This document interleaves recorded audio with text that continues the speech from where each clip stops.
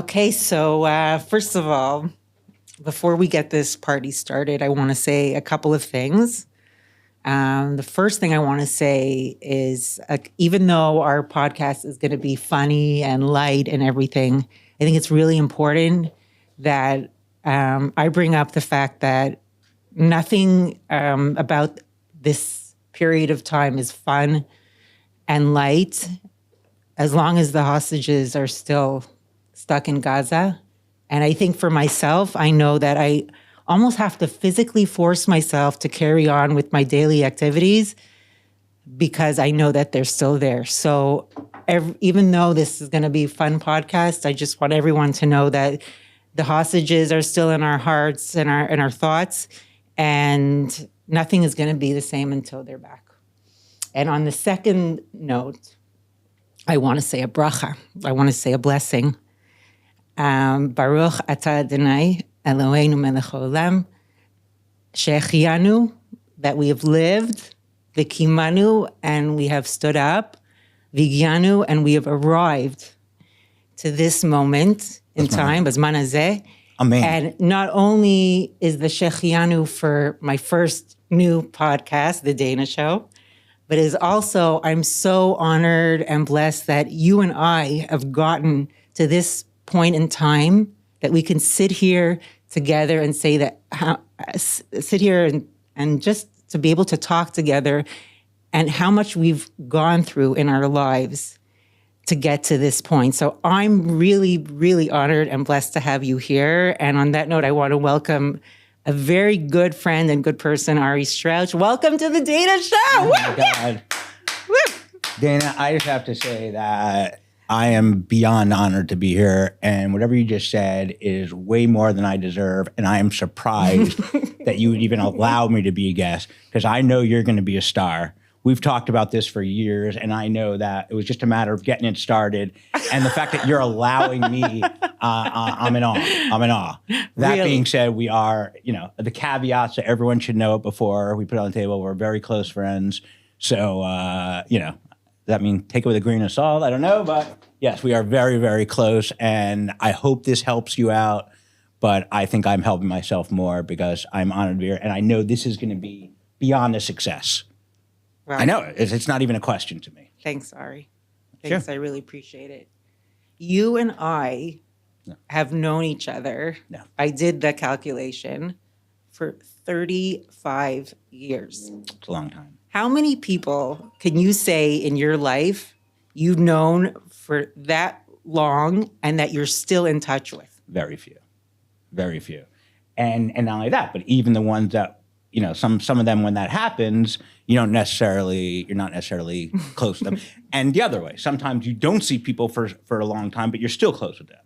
Right. Like we have both. We've seen each other and still, it's remarkable. We've known each other like We were in the 18. end of high school stage. Yes, until now. In university, we went to the same university. Correct. And now we both live in Israel Yes. together. Yes, we separated a couple of times. We got back together, got whatever, and my feeling is that this will never be separated again. Really? That we'll be friends forever?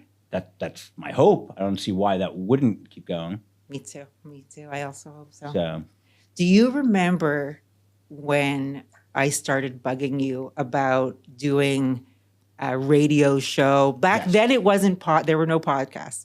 yes, But I started bugging you about doing some kind of radio show together, something online. Do you know why I wanted to do it with you? I'll tell you. First of all, I 100% remember that. I remember it very well. How long ago would you think it was that I first started bugging you? Was it 30 years ago? Not way in the beginning, but Not way in the of years, beginning, yeah. Probably like 30 years maybe. Yeah. I remember it very well. I happen to remember that conversation extremely well. I remember we've spoken about it over the years.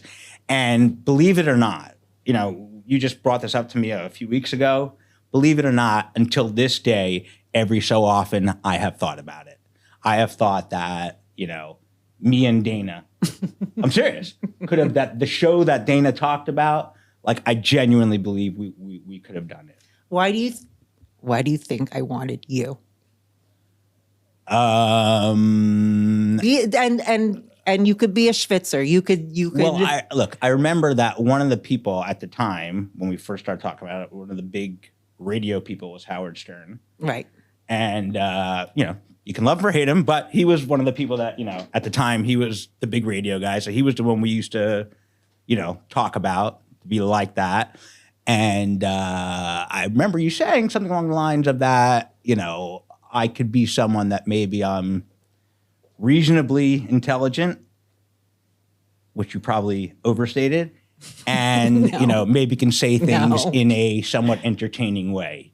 And I thought that Howard Stern, again, like him or hate him, I always thought that he had that quality, and that I think he's a very smart guy.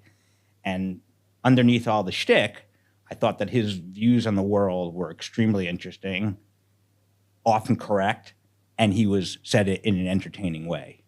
So, that was, and I think that, you and I, he has whoever he has, the Robin or whatever, and I thought that you and I could play off each other extremely well on that.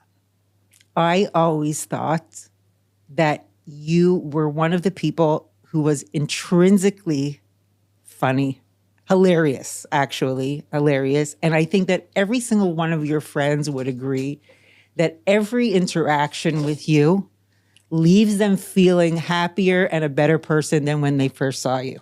Well, don't forget, I have a relative who's famous. Well, that's what I wanted to bring up. It's genetic. Right. It's in your genes. Who is your... Right. So my great uncle was Jackie Mason. May he rest in peace. Yeah. So, So many people, that's his real name is Yaakov Moshe Meza. And so my mother's maiden name is Meza. Yeah. So he was my grandfather, who was a big tzaddik. He was Yeah. his brother. And so I guess, Do you remember Jackie Mason? Yeah, sure. Yeah, we used to go when I was a little young. We went to the show we go backstage on Broadway a couple of times. Did he know you? Like, did you have any interaction with him? When I would see him, he knew me as, if you said to him, your niece's son, he'd know. But he wouldn't be like, hey, Ari. He'd be like, oh, Ari. It wasn't like that, no. Is there anyone else in your family besides you who you think carries that funny gene? Yeah, my mother has a brother who, if you would meet, I don't know if you ever met him. I don't think so. He is like that. He's like me, but yeah, he's hysterical. Okay. And he got that, and he was like, and he says it. He was like, he's whatchamacallit? Talk in the microphone. He has like a bar mitzvah and wedding band. So he's an entertainer. He's an entertainer, exactly. Like he's a lawyer in life, but he always wanted to be like an entertainer, kind of like me. Like that's his. So he's very much like that. And you speak to him, and he'll have you in stitches every time. Did you ever think of pursuing a career in entertainment or comedy? After we talk about it, yeah. Okay. We talked about but you never did anything. I've actually recently had this conversation with someone where they said to me, "You should have been in comedy," and I said to them, and this guy's a funny guy, and I said to them, I'm like, "You see these guys doing stand up? That's brilliant. To be able to be funny on command, I couldn't even for an hour or 2 hours straight. I'm in awe that people are able to do that." That's what you think? That's what I think. Yeah, but... And people say to me, they're like, "No, you can do it." But still, like, there's a difference. They're like, you should hear yourself telling a story or something. But the difference between that and getting up and knowing that you have to be funny for 2 hours straight, I couldn't even fathom that. Why? Listen, the way that I see it is the following. There are some people who are born with the funny gene. Okay? You're one of them. There's some people who want to be funny, who write out jokes and whatever. But like I follow a lot of like American comedy. Mm-hmm. And the comedians that I love, that I've watched for years, are not people, they don't have to do anything to be funny. Again, they could just talk about a serious situation and it would be comical because that's just who they are. What you just described, that's how I hate to keep bringing him up. That's you. That's how I looked at Howard Stern. Right. I thought that was Howard Stern to me. Again, and without saying I like him or not like him, but I thought that was him, is what you just described, that he can discuss anything and he's entertaining in that. That's different than getting up for stand-up for 2 hours. So yes, I could see that, and that's why you said to me, did I ever think about it? That's why every so often I have thought about what you said. And I genuinely have thought that we could have done it. So first of all, life isn't over yet. Yeah, no, absolutely. Right? That's why we're And here. there's no better time than the present. Correct. And that's Old Chinese why, and that's- proverb, the best time is 20 years ago. The second best time is now. Right? So that's what we're doing. Yes. No, absolutely. That's yes. what we're doing. So yeah, but if you ask, have I ever thought about, so in that regard, yes, I have. Okay. First, tell me about growing up in Highland Park, New Jersey, as a Jewish boy. Okay. What was that like for you? So I grew up in Highland Park, New Jersey. It's, a Manhattan suburb in the New York area. It was, we were totally 100% religious. My parents were very observant. Did you live in a religious neighborhood? Yeah. Everyone Religious. around you was religious or Jewish or? Yes, correct. I mean, when we first got to Highland Park, it was more of a new community. Now, if you go there now, it's like a Lakewood type thing. Okay. When we were there, it wasn't like that, but it was still, we were at the beginning and it was religious, like surrounded by religious people. When you were younger, Yeah. right, at an age where you already started to form your own thoughts and Yeah. everything, did you ever think about, like, what were your thoughts on Israel? Did you ever think of moving here? Never. Never. Never. What did you think about Israel? My thought was, Israel was something that some people did. I guess I thought that it's nice that they did it, but they're nuts. Did you come on trips to visit here? My bar mitzvah was in Israel. Yeah. And honestly, I couldn't wait to leave. Really? I mean, I had fun on the trip, but I wasn't like, oh my God, I want to live here. No. What didn't you like about it here? I think it's more that I grew up, you didn't really go, in the New York area, there's New York from Jews. There's kind of a thing of like New York and the rest of the world. I was very much like that. I was like, both my parents grew up in the New York area, have lived in the New York area their whole lives, and that's all I knew. I thought that's what I would do. Not good or bad. That's what I did. So did you feel like you were American first and then Jewish second? Or did you feel like you were Jewish not and then Jewish. American? No, Jewish first. No, Jewish first. My father definitely. It's a pretty modern community, Highland Park, and my parents, I guess you could describe as modern, but they were probably firmer than the average family there, Okay. for whatever that means. And even though they were religious, Yeah. Israel was not on the perek. Like it wasn't like a priority for. No. They talk about it, nice, what's happening in Israel, what's in the news in Israel, war, but like, I can't speak for anyone else in my family, but for me, it was never of, wow, one day I'll move to Israel. Wasn't even a thought. Okay. Wasn't even a thought. Okay. So when was it exactly that you decided that you were going to live here? So what happened was that, so like I said, I came here by bar mitzvah. I came to the camp Stay Chemed one year. I came here for my year in Israel, where I met you. So I did those various things. But again, those were just, I'm like, that's what people do. You came here for your year in Israel. You went to Karen Biavne. Karen Biavne, okay, which is a pretty Zionist Known kind as a of pretty, place yeah, also. no, absolutely. Don't they have like a Hesder program Yes, there? they do. Okay, fine. They do. And that didn't like intensify your Well, can I tell feelings? you, the truth is, I probably went there not because of the Zionism. I went there because They have good not food? to not to run off on a tangent, Yeah. but like, because I told you, my parents were very frum, but they were not black hat Haredi, whatever the word is. So we were sort of like in no man's land. So Karen Biavne, believe it, people in our world here, Karen Biavne was actually a compromise as opposed to going to an even more serious place. You know what I mean? So it's not like I was there for Zionist reasons. I was there because that was, I guess, the frummest that worked out in our lives. You know what I mean? So it wasn't for Zionism. I had to go to a yeshiva, and that was the one I went to. But it wasn't because I'm a Zionist. Do you think, I want to continue with the Israel, but I want to ask you something else about the different levels of religiosity in United States or in Chutz La'aretz versus the way it's categorized here in Israel. Because it's different. Yes. It's different. Here, it's like very black and white. It's like whatever you wear, that's who you are. You're either Haredi or modern Orthodox, or you're Chiloni. Yes. And in America, it's like when people ask me, what kind of religious were you in the United States? Actually, let me stop you there. I don't know if that's necessarily true here. I mean, it's not Chiloni or not. If anything, I think it may be more divided here. So that's where the thing. I'm always trying to figure it out. It's like, how do you compare the different levels of religiosity here versus the levels in United States or in Chutz La'aretz, because I'm Canadian. I'm not American. Right. No. Okay. I'm kind of screaming. I'm not American. I hear you. Right. But it's different, right? Okay. I might not have like the levels correct, but it's different. Right. Because according to people here, the way that I was in Chutz La'aretz was Haredi.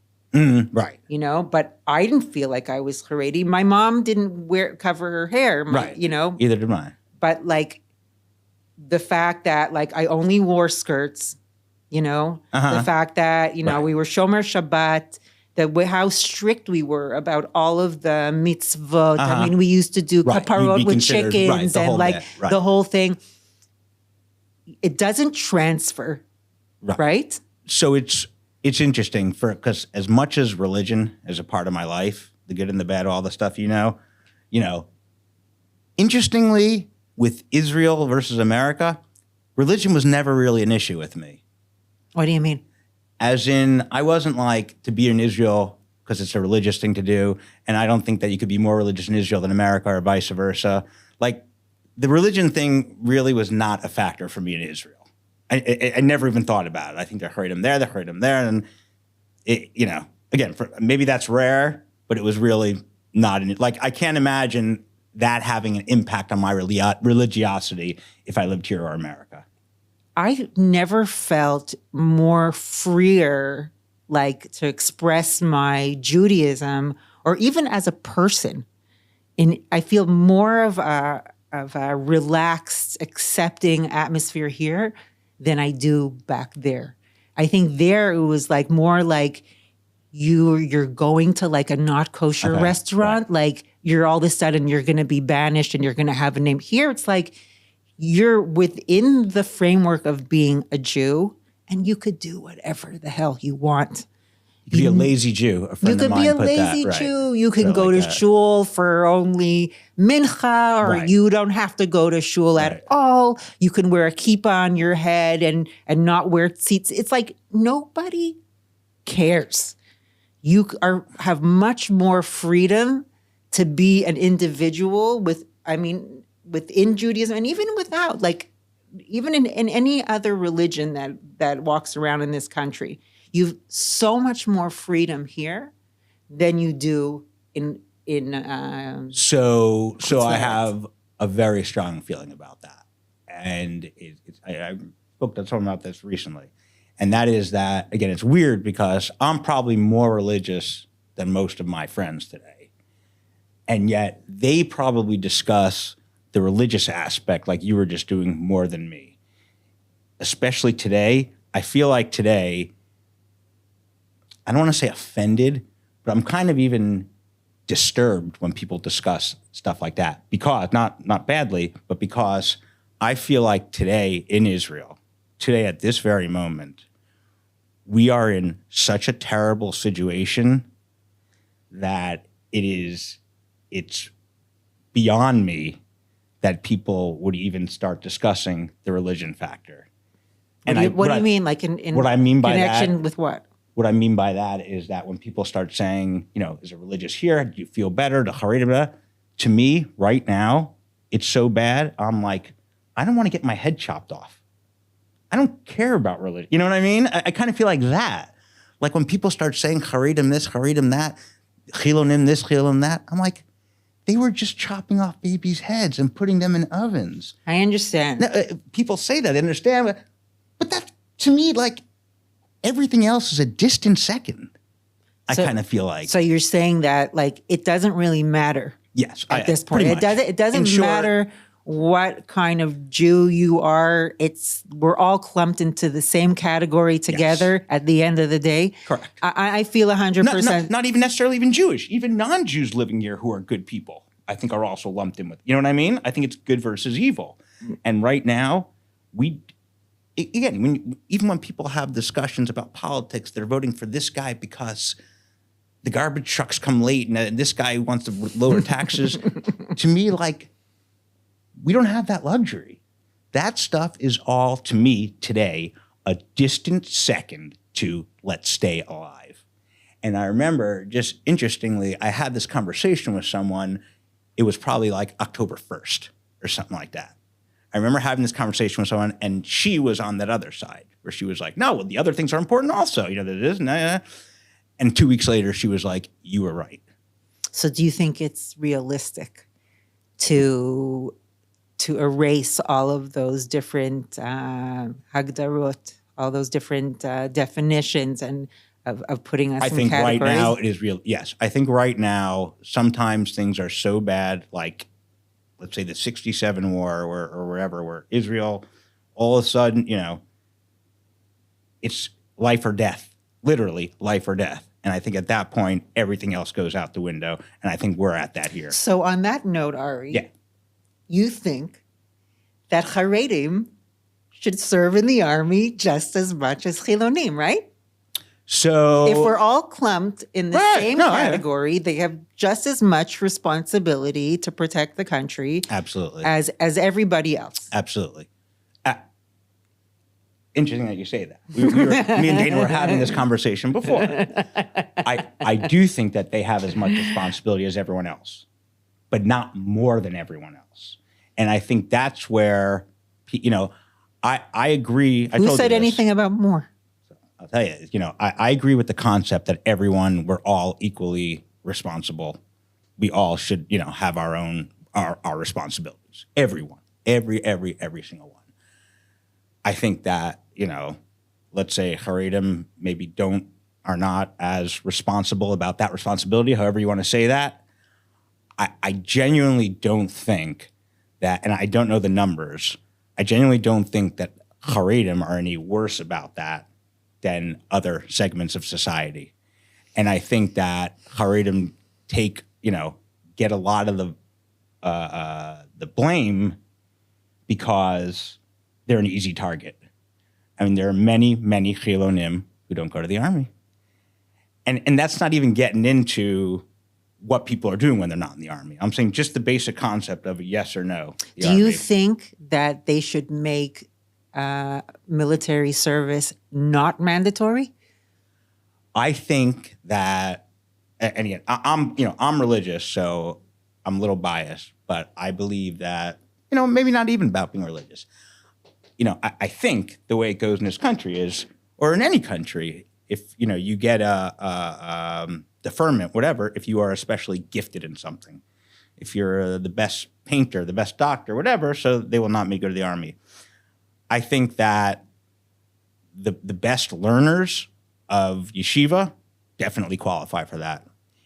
I personally think more so, because I think that's more important. But even if you want to just say, I think it's at least equal. And therefore, you know, and this is a very important part of it. I think that, you know, those people, I think they should keep giving deferments to people who are at the top of their field, but only at the top of their field.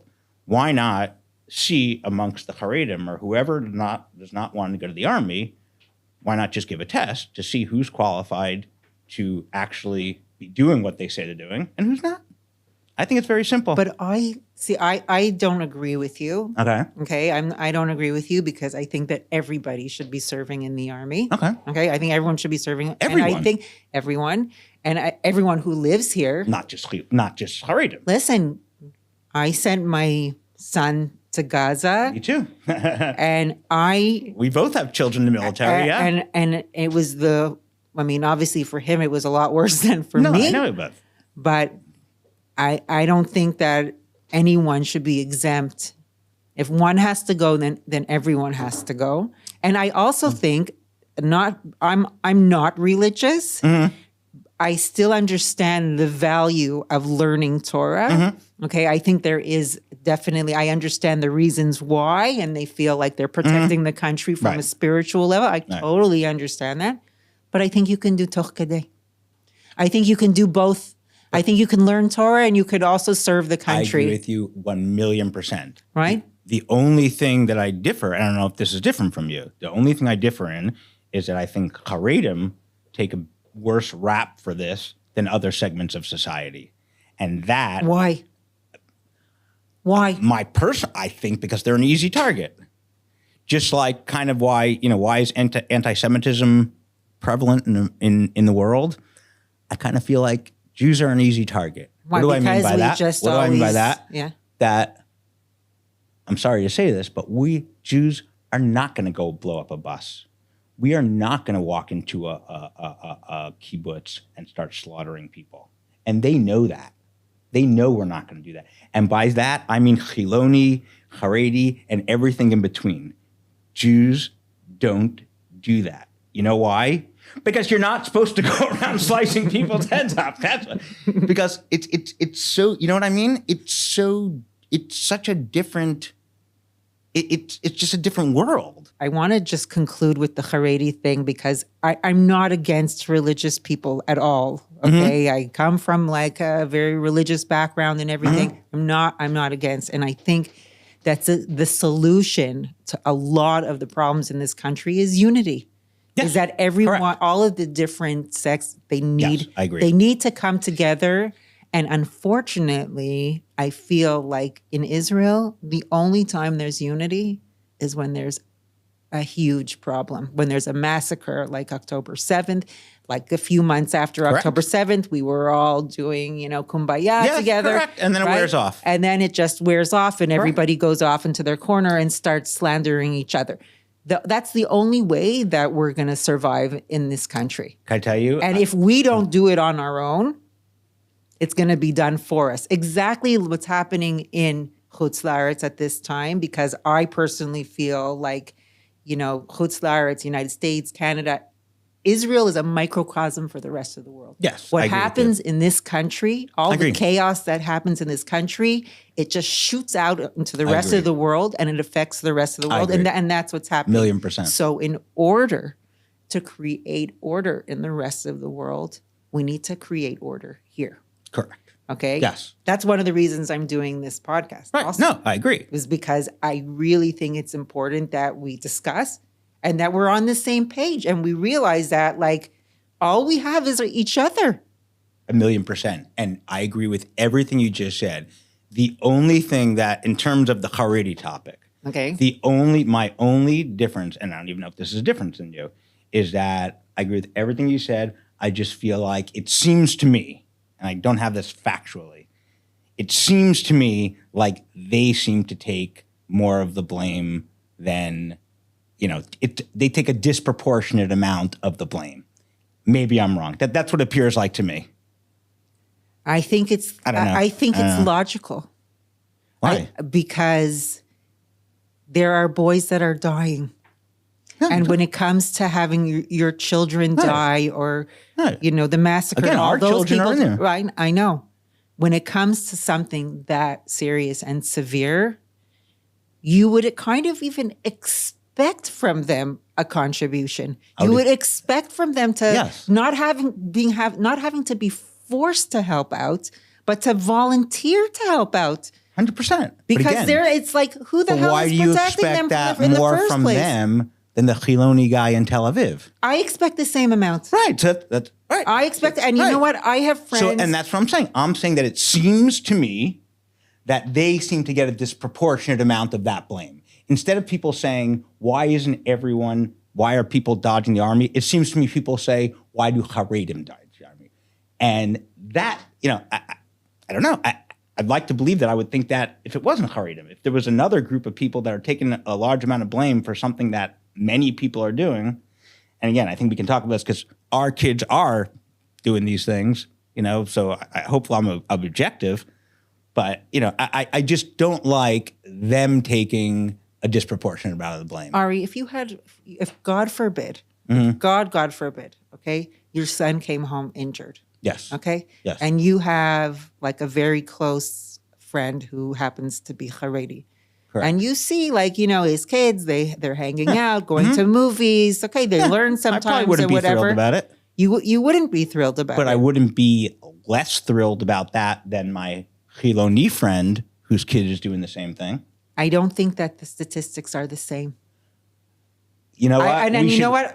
I can't say right Me now. neither. I don't have Me the neither. facts. I also don't. It'll be interesting to would look be. it up. It would be. But It would be, but can I say that even if it comes out to more, and I really have no idea, if it comes out that more Haredim do than dodge it than other, maybe, I don't know, maybe, but even if that was true, I can't imagine that there's not a significant amount of Chilonim or non-Haredis who are doing it. I can't imagine that there aren't enough of those that we shouldn't be disturbed by those also. I have a very strong feeling, and without facts, I can't confirm Right. it, Right. that a lot more Haredim are not serving in the You know army what? than Chilonim. Even if that's true. I don't know how many Haredim are there in this country. Even if that's true, how come does it bother you that the Chilonim don't? It bothers me anyone who doesn't. So how come you just said to me, if your son was going in, God forbid, got injured, and you saw your Haredi friend, why did you say to me? Because I personally did you see your Chiloni friend? Because I personally know people. I have non-Haredis whose kids are dodging the army. Non-Haredi friends. I personally don't. Okay. Okay. I know Haredi people personally who don't I know send their both. kids to the army. I know both. And know both. it really bothers me. They both bother me. Okay. But the Haredim do not bother. I guess that's my bottom line. They don't bother me more than the other guy bothers me. I think if they're not doing it, and that's not even getting into what are the people doing when they're not going. Let's not even talk about that. But like just bottom line, I don't think they're any more wrong for dodging it than this guy. Okay. That's my thing. Let's talk about you moving to Israel. Yes. Okay. Yes. Why did you move here? So, like I said, I had no intention of ever living here. What happened was, as you personally know, I was engaged to someone many, many years ago. Not the person I ended up marrying. Where did you meet her? Toronto, probably maybe even via you. Or, Okay. Our crowd. Okay. So I was engaged to someone, and it did not work out. Okay. And to make a long story short, Okay. after we broke up, I just needed to get away. Okay. So I wanted to get away, and I didn't want to go to, I wanted to get away from where I was, but I didn't want to go to India or something. I didn't want to go, I wanted to go to a familiar away place. So Israel. So my idea was I'll come to Israel for a few months just to get away. I had a job in New York, nothing important. So I figured I'll work in Israel for a little bit. And that was my original reason for coming. Okay. I had no intention to live here whatsoever. Okay. And then I met my wife here. So we started dating, and she grew up out here. Her family came when she was a kid. She's American, but her family came when she was a kid. So, we decided we were going to get married.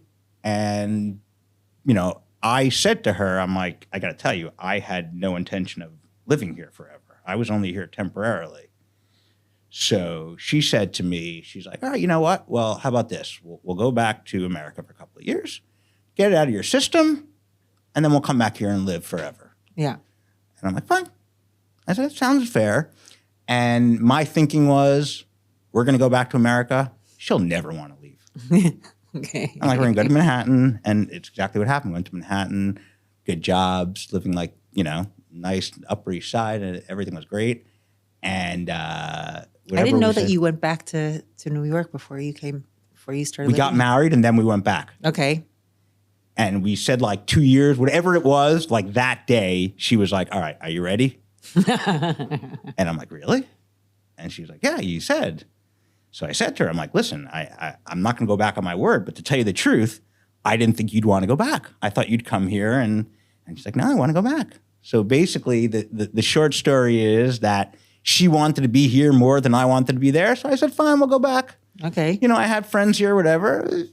Again, it's not my ideal thing, but she wanted to be here more. So I said, fine. And that's how I started living here. Okay.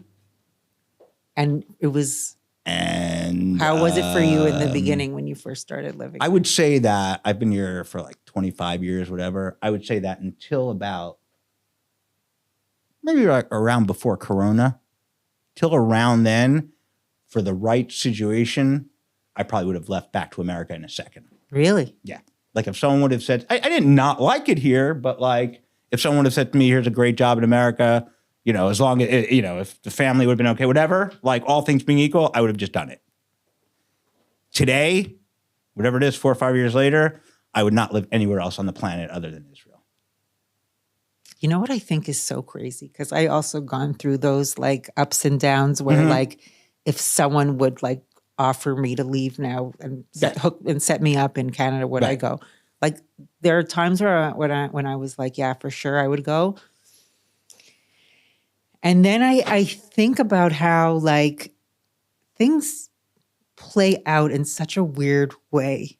It's like when I grew up, like I always knew that Canada was just a stopover. Okay.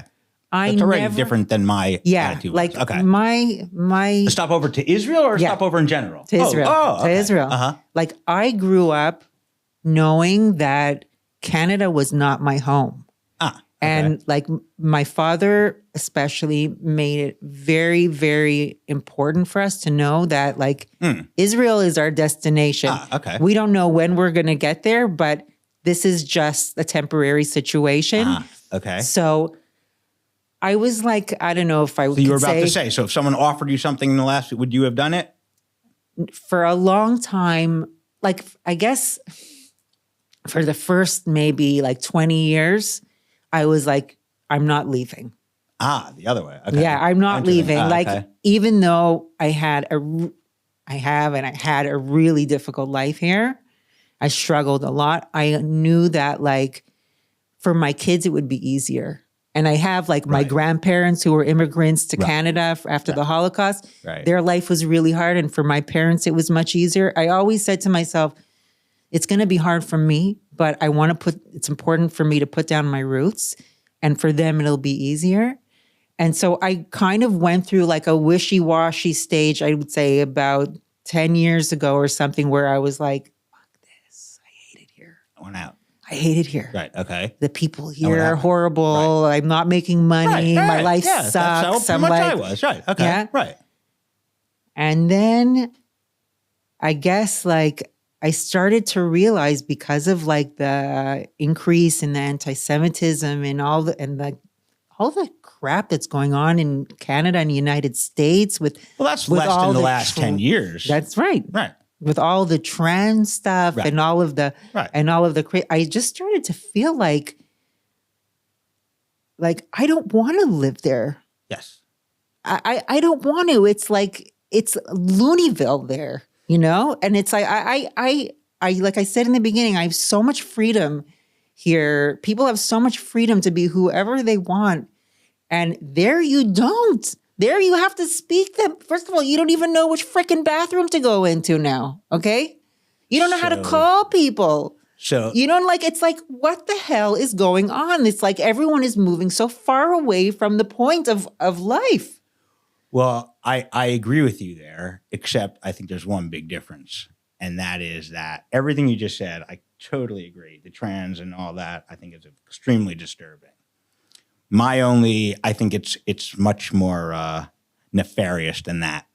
As in, if people were just out there saying, it's just my personal opinion, it's okay to be trans, and they really believe that, great. I think that the people that are pushing those agendas have separate agendas, and the part that disturbs me. If these people were really saying, hey, allow gays or whatever the case may be, and it was like that. They started saying, we just want to be married, and then snowballs out of control. So I think if they really said that, I think that's fine. I think that the people who are pushing, not necessarily those things, but these types of things have ulterior motives. Which are, what do you think they are? I don't want to get into a whole political thing. Oh, yeah, we can. So I think those people have, I believe it was Barack Obama who said something along the lines of, I want to fundamentally transform America. And I think it has a lot more different meaning today than that did when he first said it, at least for me. So I know. that's- We've talked about, you said you Yeah. think that Obama wants to destroy America. Yes, correct. Yeah. I do believe that. Again, I don't want to sound like, I mean, without trying to sound extreme, I think that some of the things that a guy like him has done, there's no other explanation other than he's got some ulterior motive. What do you think his ulterior motive is? What's his incentive on destroying America? I mean, I guess in the simplest terms, I don't know how to word this. Say it however you feel it. He does not want America to be a capitalist empire that it was. He wants it to be more like an Arab, more Arab, more communist, more socialist, more whatever.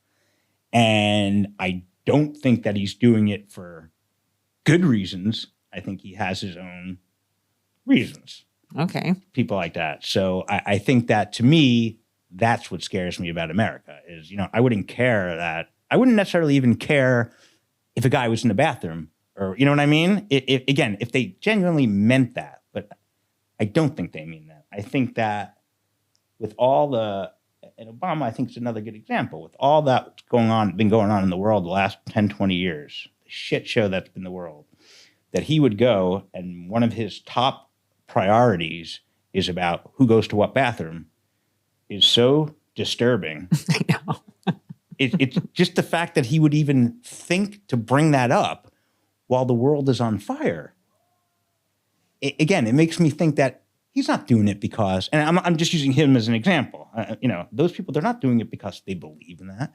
They're doing it because they want to fundamentally transform America. How much does that bother you now? Extremely.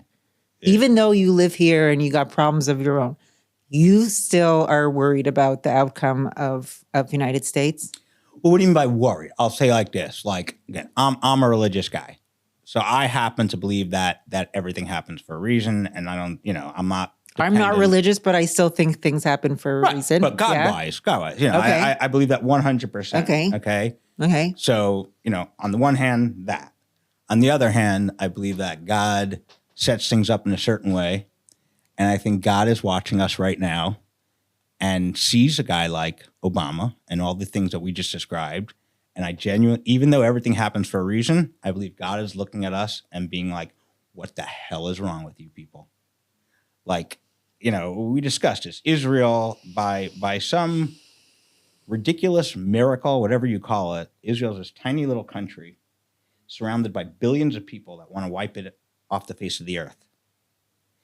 By some ridiculous miracle, we're stronger than all of them. Like every time they try, they fail. 67, 48, 73, whatever it is. It's so, it's so ridiculous and impossible that I think God has to be saying, like, what else do I have to do? I split the sea. You know what I mean? Like, I am doing that now. You guys, by some ridiculous reason, are more powerful than all these people. And yet you allow 1,200 people to get slaughtered? I think we're spitting in God's face. I believe. I understand what you're saying, and I can relate to what you're saying, but I have a different view. Okay, I want to hear. And I think it might be also a little controversial, especially to people who don't really believe in God or in karma or whatever. Okay. But I think what happened on October 7th is a punishment. I don't know if it's a punishment, but I think it's a wake-up call. Mm-hmm. And I think that, like you, the only time people get shaken up is if something really, really serious happens. Yes. And I think that, like I said before, I think Israel is a microcosm for the rest of the world. I think the state of the world right now is in chaos. Yes. It's in utter chaos. Correct. I mean, from like we said, the trans and everything is upside down. Anti-Semitism, people saying horrible things out loud that they never did. It's just a really, really bad situation. I think the only thing that's going to bring I don't know, Yeshua, Change whatever, right? Uh-huh. or change the trajectory of the country is if something really, really bad happens to shake things up. Well, something did happen. Exactly. And what's changed? Well, like you said, it's all in the beginning, maybe for a couple of days, and then it's pretty much worn off. No? Maybe you said, and if a microcosm of the world. Right. The first couple of days, everyone was upset, and I don't know exactly how the cards are going to fall afterwards. I think that it could be like, for me, it's a wake-up call on how corrupt our government is. Why? How do you figure that? I totally blame this situation on our government. Totally October blame. 7th? Yeah. How do you figure? I'd love. Why? How do you figure? Yeah. I've traveled. Benny was serving. My son was serving in Kisufim. A year before October 7th, I went to visit him a few times. He asked me to go bring him food for Shabbat. Every time I traveled to that region, I felt the evil smog in the air. Correct. It's total dangerous place to be. Yes, correct. And yet, not only did I go visit him, but the army organized a tour of the tunnels in that area. Yes. That whole area was where the massacre happened. Correct. The army, the government, they, for some reason, forgot that we have a whole area of people who want to fucking kill us. And there was no one there to protect us. Now, the government here sends us on these rabbit holes of democracy and rioting and everything to distract us from the fact that security is the most important priority of this country. And it wasn't. And it wasn't because they're all into this bullshit about this thing and that thing and making more money and whatever. The entire focus.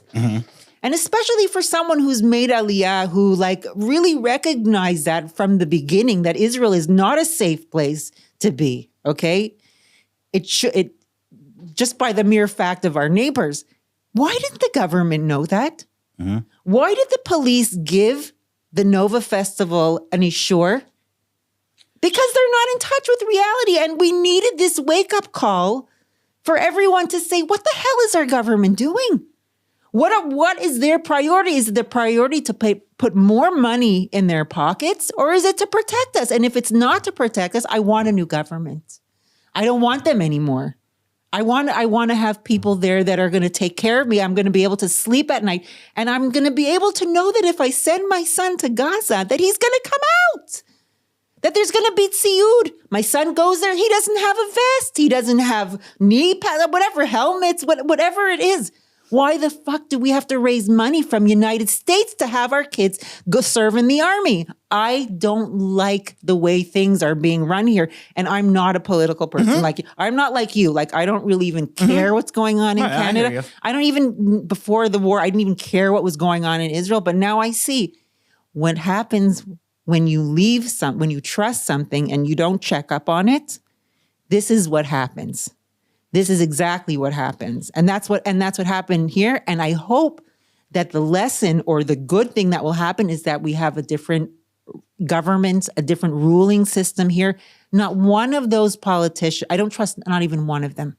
Not even one. Everything they say is bullshit. Every single thing they say is either just to get votes, to get people to like them, whatever it is, but it's definitely not to protect us.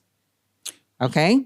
So the wake-up call, hopefully, is that the people of this country will freaking wake up and realize that things can't go on here the way they have. So I agree. Once again, I agree with everything you just said, every single word of it, but I look at it from a little bit of a different perspective. And I'll Please tell you don't why. tell me that you think that people should have more amuna and daven more. No, not at all. Please No, don't let's tell forget me about that. all that. No, we're talking like, forget that stuff. Okay. Let's just talk logic, whatever. Okay. Okay. No, okay. So you just said that, I don't trust anyone in the government because their job is supposed to be protecting us. And look at the shit show that happened there, for example. Okay. So and should be a wake up call. okay? The way I see that is, yes, the government screwed up. It should be a wake-up call, but my wake-up call is very different from your wake-up call. My wake-up call is, holy shit, these people slice babies' heads off and put them in ovens and mutilate and rape people. Didn't you know that they would be able to do that? I always knew that they were going to do that. So why isn't the wake-up call stopping people being able to do that? That should be the wake-up call, not being pissed at a guy in the government. We should be pissed. Why? Wait 1 second. You're saying that we should be pissed off at Hamas for doing it? Yes. That's part you're of not who saying they, that? No. But we're stronger. The enemy was there. They had so why do we let the enemy be there? That's the thing. Listen. But all Ari, who in the that's not, instead of getting, I guess what I'm saying is, I don't want to get mad I'm not mad at the government. I am. Like, they could have done better, but we're stronger, correct? Yeah. There's no question that Israel is stronger than Hamas. Let's use that example. Israel and Hamas, there's no question. Like, no one on the planet disagrees that Israel is stronger. Okay. Flat out, who's stronger? Israel's stronger than Hamas, right? Okay. So we know that. We all agree on that. Okay. We all agree on that. And yet, Hamas came in and slaughtered 1,200 people and did whatever they did. Yeah. Okay. Now we're stronger, correct? Yeah. We established that. Yeah. Why would we allow that to happen? You're right. Now let me ask you something. So now there are people in whatever you think about the government. I guess we can use Netanyahu just as a basic example, but not necessarily him. But okay, I understand. Let's use him. Do you think he wanted babies to have their heads sliced off? I don't. Whatever you say about the government, I don't believe that we as Jews, there are not many of us who would be pro chopping people's heads off and taking pregnant women and slicing the baby out. I don't think that there are many people, any of us, right or left, who would do that. Hamas, like you just said yourself, does do that. We knew they did that. And yet, we allowed them. But I'm not just talking about this government. I'm talking about the last 75 years. If we're stronger and we're allowing them to do that, then how could we be upset when they do it? We knew they were going to do it. The only one I'm upset about, if anything, if you're going to be upset about someone, in like the way you're saying it, be upset at Ariel Sharon. Ariel Sharon took us out of Gaza and said, don't worry about it. We're going to give it to them. Wouldn't you be more upset at him? Of course, I was. I was at every corner with giving out orange bands for the Pinoi of Gush Katif. That's tachlis. That is, we said to him, don't do that. They're going to kill us. He did it, and they killed us. So isn't that so? I'm with you, Ari. I'm with you. No, so to now to say that, well, this government should have known. We did know. You just said we were on the streets. We did know. So why did it happen? I don't know. You know what I mean? I'm not a conspiracy theorist, okay? I don't know why the government did what they did, all right? But what I do know is that when you're in constant danger, yes, like Israel is, okay? When you have... But let me stop you right there. We don't need to be in constant danger. We're stronger. Why do we allow ourselves to be in constant danger? Because, let me finish my thoughts. Go ahead. Okay? What happens is, even if you're the stronger one, okay, sometimes because you've been fighting for so long, you let down your guard a little bit. Okay. It's like, I know for myself, like, you can be intense for a long time. Sure. But there are moments where you kind of, you'll be like, oh, it's so hard being strong all the time. Correct. I want to just like, fuck it and just like let it go. Correct. Israel obviously doesn't have that luxury. And you see what happened when we did slack off a bit. I'm with you. Okay. I'm with you. We are stronger, and So it that should never, piss you and off. it should never. Yes, but So you're saying, well, since we're fucked anyway, so let's be pissed off at these people. I'm saying, why should we be fucked? Why would we? Because we don't make our own decisions. Okay. So that's a whole different story. And that's the whole problem that we I tell have you, here. when America who we are apparently beholden to, Yes. from what we understand, they are right now the superpower, and they help us, whatever it's called. Okay, World War II was a very, very bad thing. The Nazis were very, very bad people. Okay, the Allies won World War II, and America went, and you know what they did? They bombed Japan. They bombed Germany. They killed several 100,000 people. And you know what? People said to them, how could you? That's not nice. Like what they say to us. And you know what America said? You know what America's answer to that was? Well, they should have thought of that before they became Nazis. And unfortunately now, they're like, you kill women and children. They're like, well, you know what? Unfortunately, those little Nazis are going to become big Nazis. And I think it was Truman. He's like, no, not on my watch. And he killed all of them. Okay? Right or wrong, and America, no one's questioning America. America's like, we're doing it, and that's it. And, and America is telling us now not to do that. So the hypocrisy. Why do you think America is telling us that to do? Because they're hypocrites. They don't care about us, and they care about them, and Obama, and all these other things. But that's facts. What I just said, that's a fact. That happened. And Israel said that to them. At one point, Israel's like, well, you guys did it. And America said something along the lines of, don't make the mistakes we did. How arrogant. How selfish. Well, don't make the mistakes we did. They did it. And you know what? We have peace to this day. America has peace with Japan. To this day, America has peace with Germany. Because the only way that you can get out of a difficult situation is if you show strength and power. If you have the power, if you're stronger. If you're not stronger, then you can't do that. We are strong. America was stronger, and they're like, you know what?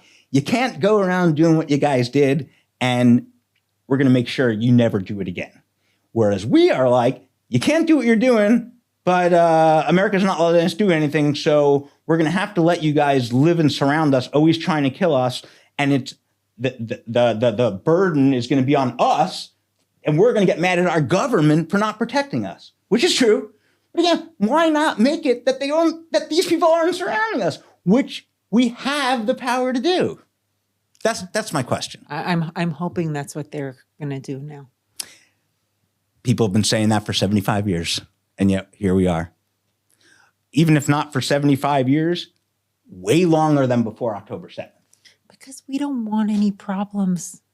Because like you said at the beginning, because we're peaceful. So is America. Peace by strength. America said the same thing. They said, we are good people. We are killing them not because we want to kill them. Really, we're not killing them. We're killing them because these people have been indoctrinated from birth to hate us, to hate the West. Like Hamas, for example. Listen, I want to ask you one final question, and that is, do you regret moving here? No. Today, at this very moment, I would not live anywhere else in the world. I would even like to believe that if someone offered me $5 million a year to go to America on a job, I'd like to believe that I would. Isn't that incredible that you moved here and you didn't want to? Yes, absolutely. And now this is the only place where you'd like to live. It is interesting, but at the same time, this conversation that we've had for the last hour, you know me, 20 years ago, this would not have been our conversation. I know. So my attitudes have changed. So, it is surprising, but my whole attitude is, I was like you, I was not political. And now I kind of feel like, as much as I don't want to be, I feel like there's no avoiding it. As much as I still want to be a happy person, a carefree. I want to as much as anyone.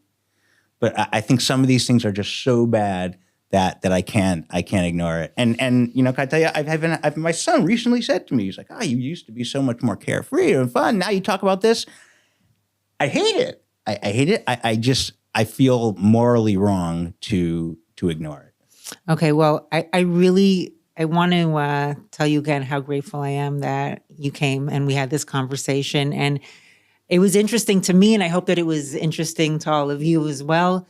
And I just pray for all of us, for our health and safety in this country, the safety of our children and of all the soldiers. And I hope the next time we meet, we'll have something really fun and happy to discuss. So But I thank just want you. to say that Yeah. I just want to close by saying that you're right, and there's little we can do. But one thing that people can do is listen to the Dayna Show. Because I'm serious. I'm not just saying that. It is true because, like you said, me and Dayna have spoken about this. There's little we can do, but there are sometimes the things that we can do. This is something. Like you said, we can't separate that there's hostages, but we can try and make these differences. And, people don't realize it, but Dayna put a lot of time and work and money into this, and it didn't just happen.